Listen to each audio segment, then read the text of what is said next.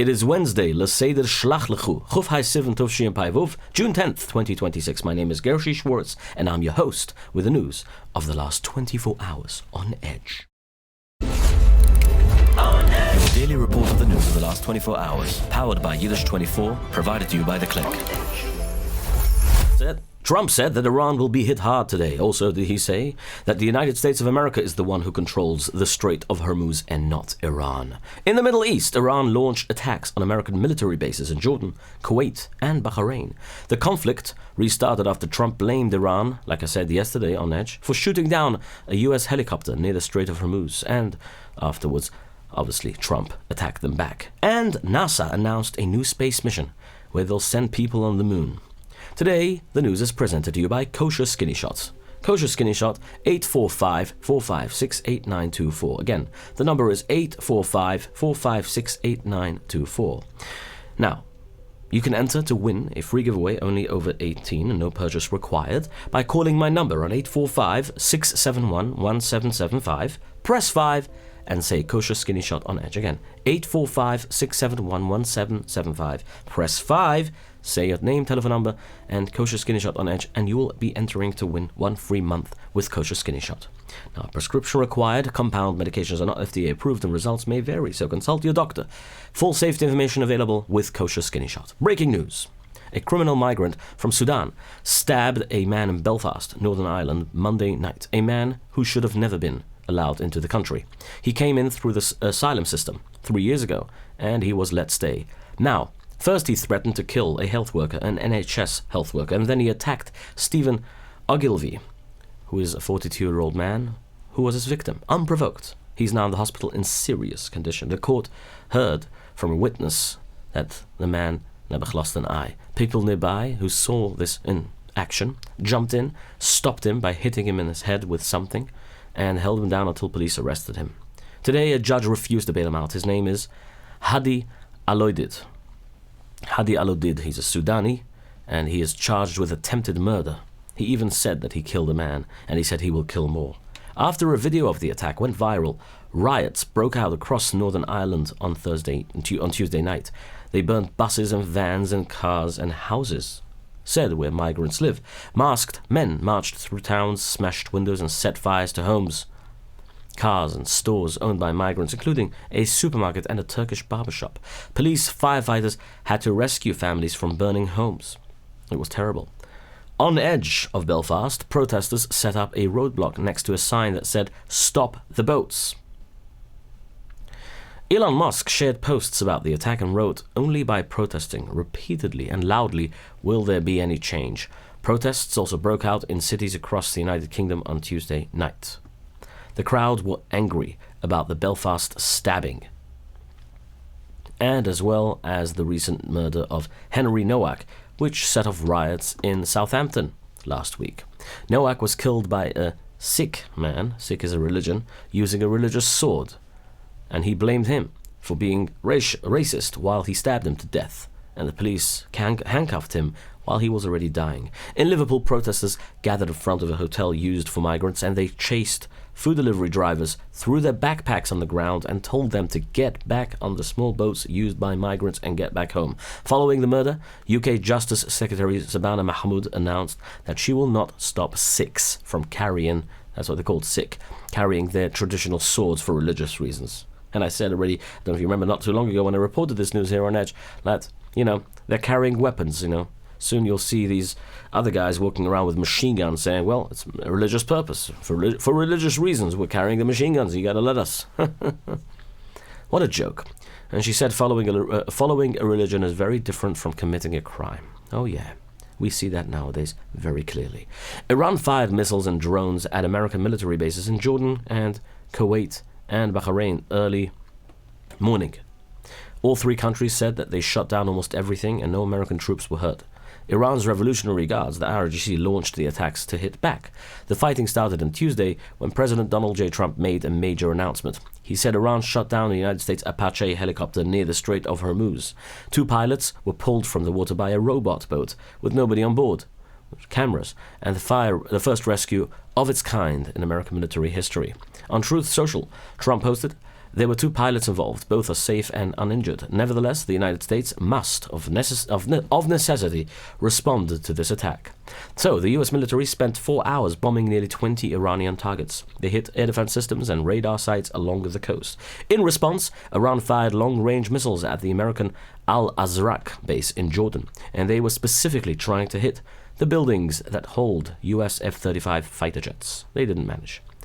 This is the biggest fight between the 2 countries since they agreed on a ceasefire in April. Now people are seriously doubting if the peace deal will survive. Iran's Speaker of Parliament, Mohammad Bagher Ghalibaf, warned, "We prefer," and I said it yesterday already, the language of diplomacy, but we speak other languages far more fluently.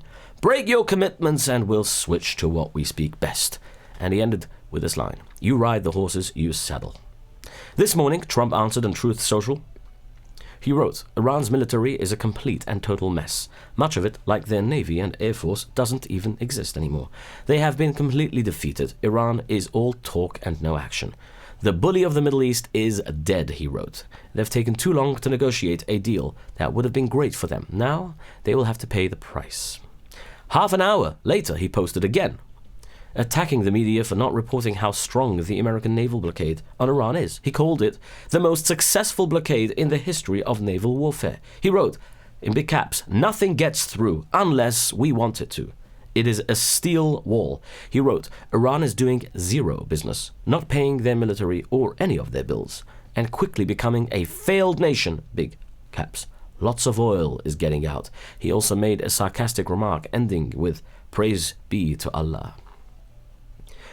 And the blockade is not just talk, by the way. This morning, the American aircrafts fired into the engine room of an oil tanker in the Gulf of Oman, called the Cetabello, after the crew repeatedly refused American orders. The military says the ship was carrying oil from Iran, breaking the blockade. 21 crew members rescued, and the 3 Indian crew members are still missing. And the search teams are looking for them. Speaking of India, by the way, just saying that the Indian Prime Minister Modi, I guess, won his election again, and Trump congratulated him, and so did Netanyahu as well, officially. The military says that since the blockade started in April, American forces have disabled 8 ships that refused orders and turned back 134 ships that complied. Now, later this morning, in the Oval Office, Trump told reporters the bombing is back on. "We're going to be attacking them and attacking them very hard." He said, "We will be resuming bombing. We have the right to do that. They shot down our helicopter."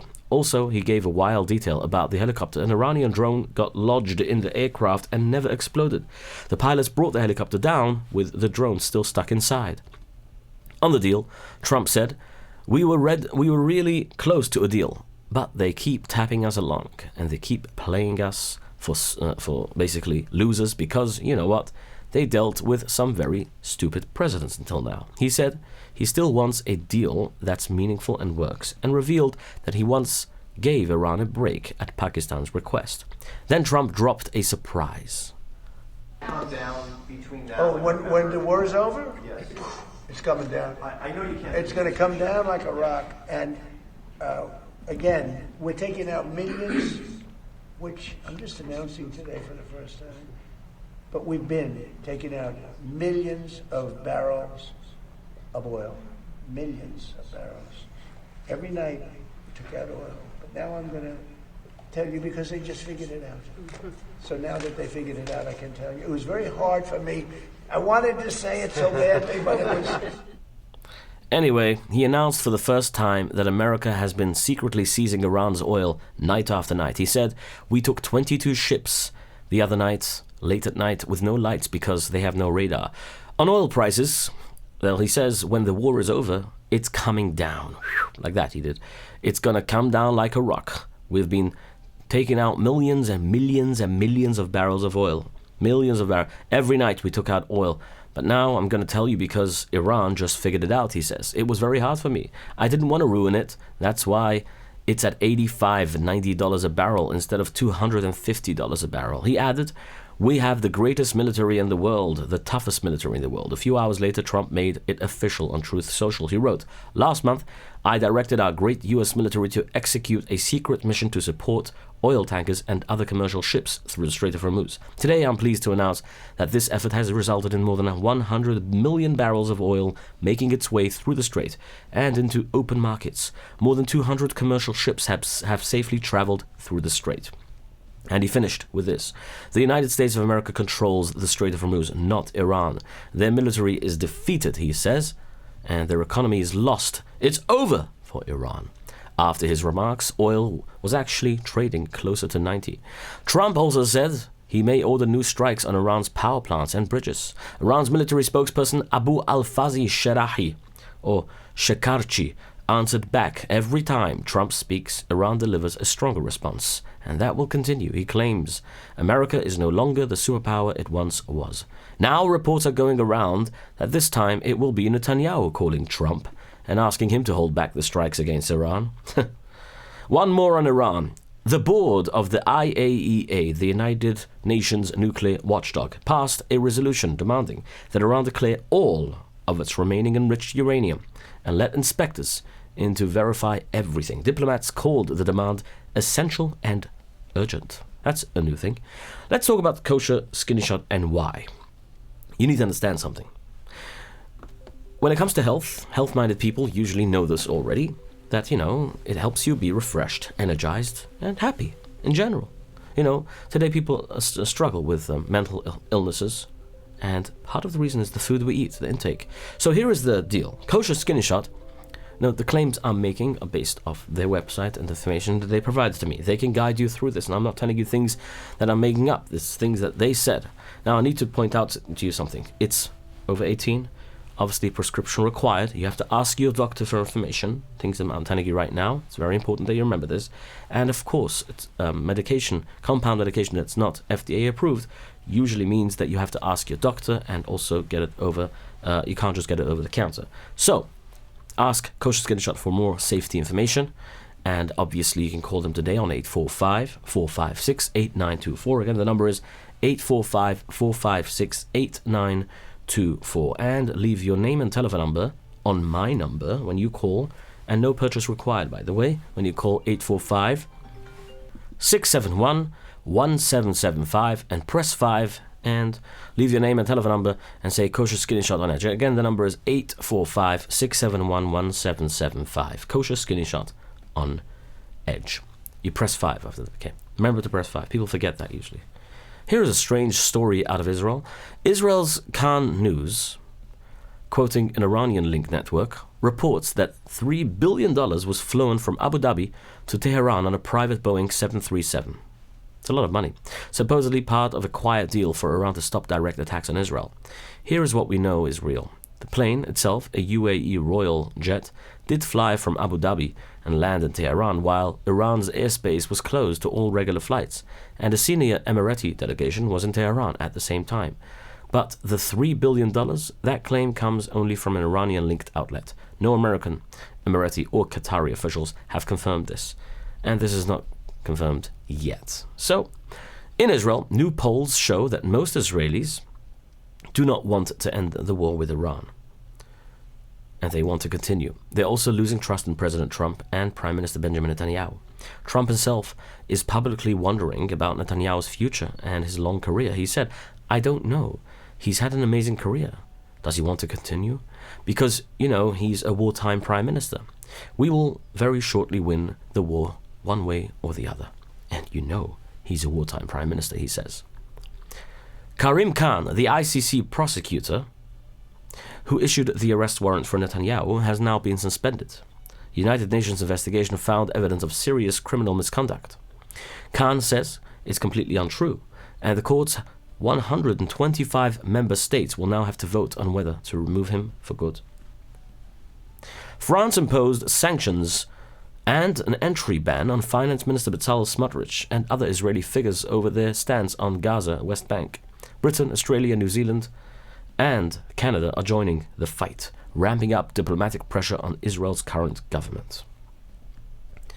The Israeli military bombed the Lebanese city of Tzur over the past 24 hours. Up to 9 people were killed.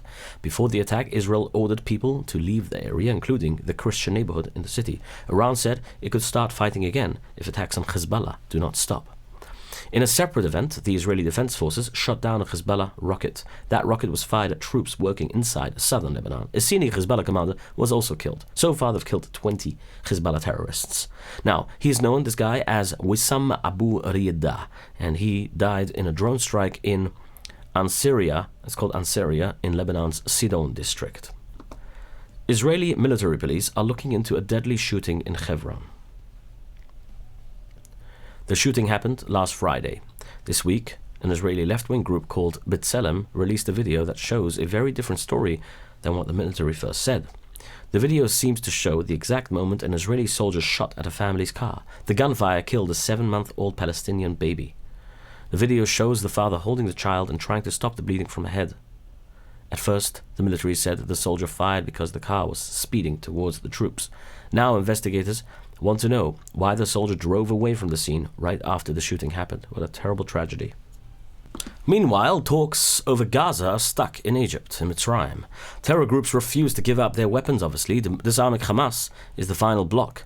It is holding up a much bigger deal tied to the Trump administration's Middle East peace plan.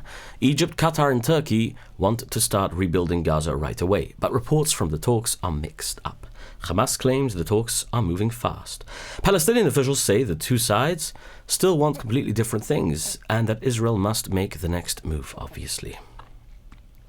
30 Jewish soldiers finished training last month at West Point, America's biggest army school for officers. That is the most Jews ever in the school's 224-year history. These are mostly secular American Jews, obviously. A Jewish colonel at the school says that the numbers jumped because of October 7th and because the Jew hatred all over America is rising, and they want to be able to fight back. He also says that with all the Jew hatred on the college campus today at West Point, there is none, not even a hint of it. President Trump signed the Secure America Act into law this morning.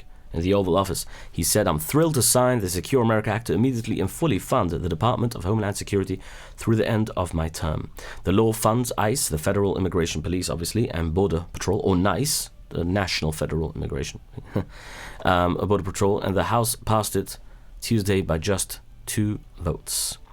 In a separate major announcement, the State Department also says that it is ending what they call birth tourism. When a pregnant woman gets a visitor visa, flies to America and gives birth here, so the baby automatically becomes an American citizen. The State Department said no foreigner is permitted to obtain a visitor visa for the primary purpose of acquiring a U.S. citizenship for the child by giving birth here in the USA.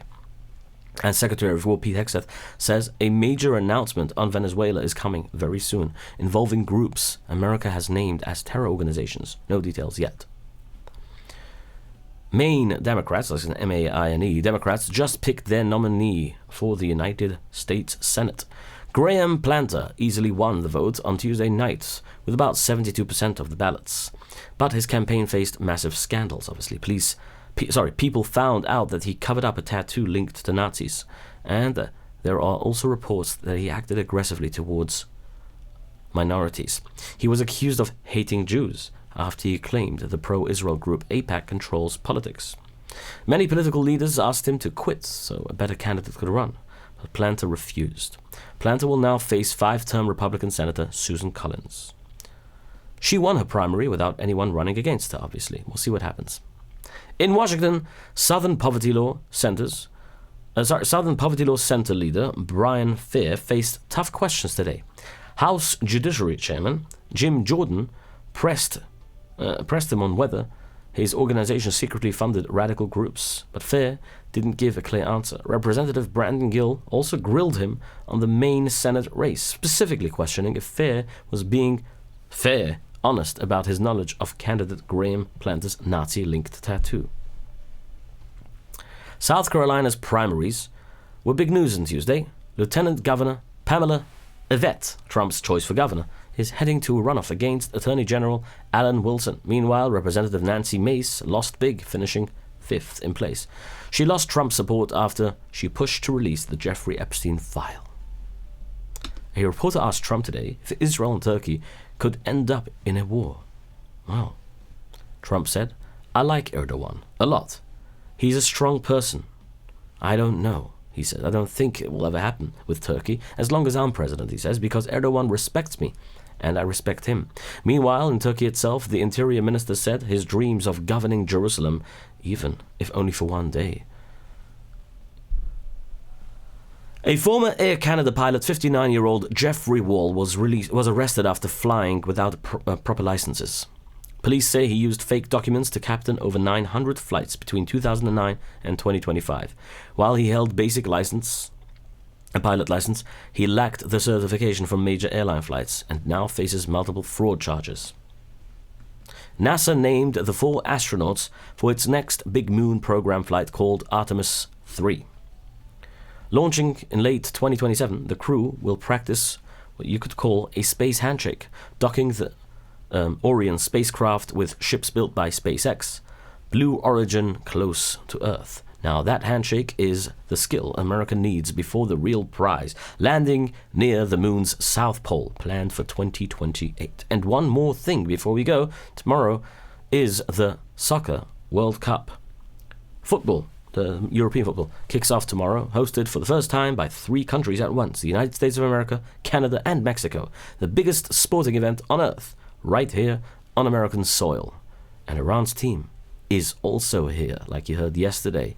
With that, my friends, I want to mention to you that if you need to design software, you don't have to be busy with going on AI and trying to figure it out on your own when you have professionals at Protobyte doing exactly that. They tie it in with designing a beautiful website. Check them out on proto-byte.com or going and call them on 347-354-1237. Again, the number is 347-354-1237. If you are a customer of theirs through OnEdge, if you bought because of OnEdge, you went and you actually ordered a website or a software with Protobyte and you have a valid sale, you call me on 845-671-1775. Leave me a message by pressing 5 and you will enter to win some cash.